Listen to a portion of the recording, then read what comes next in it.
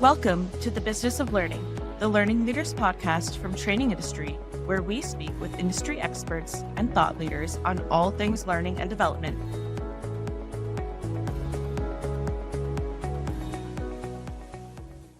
Welcome back to the Business of Learning. I'm Sarah Gallo, here with my co-host, Michelle Eggleston-Schwartz, recording in person today, and we're joined by Ken Taylor, Training Industry's CEO. So welcome, Ken. Thanks. Look forward to it. And today we're excited to discuss where the corporate L&D market stands today, kind of how L&D leaders can guide their organizations through change and into the future, and also really what it takes to build that future-ready workforce. So with that, let's go ahead and dive in. Yes, thank you for joining us today, Ken. Very happy to have you here. So as we all know, there's a lot of noise right now around market changes and shifts, specifically kind of around AI. How would you describe the current state of the L&D market? I mean, it's a great question. I think it's a little bit all over the place. We've done a lot of primary research, and what we're seeing is there's kind of really two camps of people out there.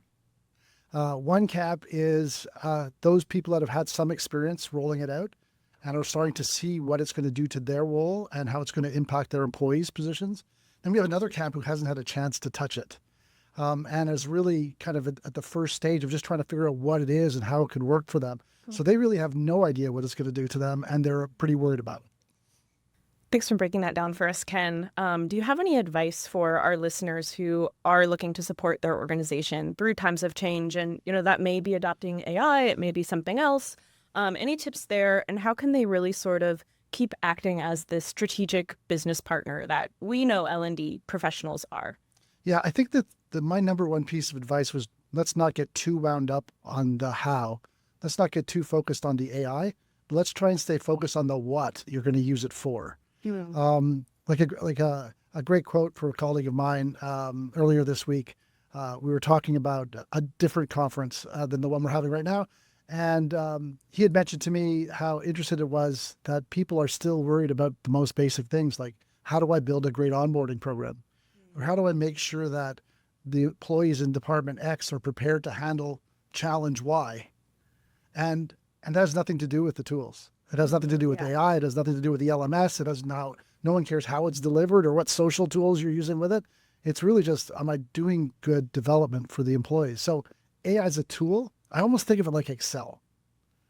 Like we're all going to learn how to use Excel. And if you didn't have Excel before, you used a calculator, but you still could do math. Yeah. It took a lot longer, I think, but you could still do it. The AI is going to help us just be better at developing courses and better at creating experiences, and then better as employees in whatever workflow we're in. So I think it's a bit of calm, a bit of remembering what's super important in terms of L&D programs, and then leveraging the tools around you to make it happen. Yeah. It's almost like those fundamental skills like communication and skills like that are really important when it comes to these times of change. Yeah. Sure. Great point. We just recently did some research around leadership development, specifically what skills are most coveted by leaders today, given this change environment. And communication skills were number one. They've always been number one. Like nothing's changed. It's still about talking, and it's still about being able to communicate a vision to a team. So if you're in a leadership position, that's the thing you've got to master first. Because if you can't create sort of compelling energy around moving in a direction to support goals, it's going to be pretty tricky to get a team to do anything well. Right. Kind of talking a little bit more about skills, because there's so much focus right now around skills development. Love to hear kind of what other skills learning leaders should be focused on for their workforce to make sure that they're ready for not just current challenges, but future challenges as well. I really think there's something about critical thinking that's becoming super important for employees kind of in all jobs. I mean, you have to get the technical skills required to be able to do the role you're doing. So if you're going to be a marketeer, you got to learn marketing. You got to just know how marketing works, right? But you also are going to have so much given to you that's going to be at such a different state of readiness, because the tools are going to prepare things for you. They're going to write slogans. They're going to give you campaigns. They're going to give you imagery. You have to be able to look at those things with sort of a critical lens, leveraging what you know about marketing, but then using it in a way to kind of move the project along and not get bogged down in the details that you used to have to get bogged down in. Yeah, definitely. Well, kind of with that, thank you so much for sitting down with us today and talking to us, Ken, about the state of corporate training. Yeah, do you have any final tips or?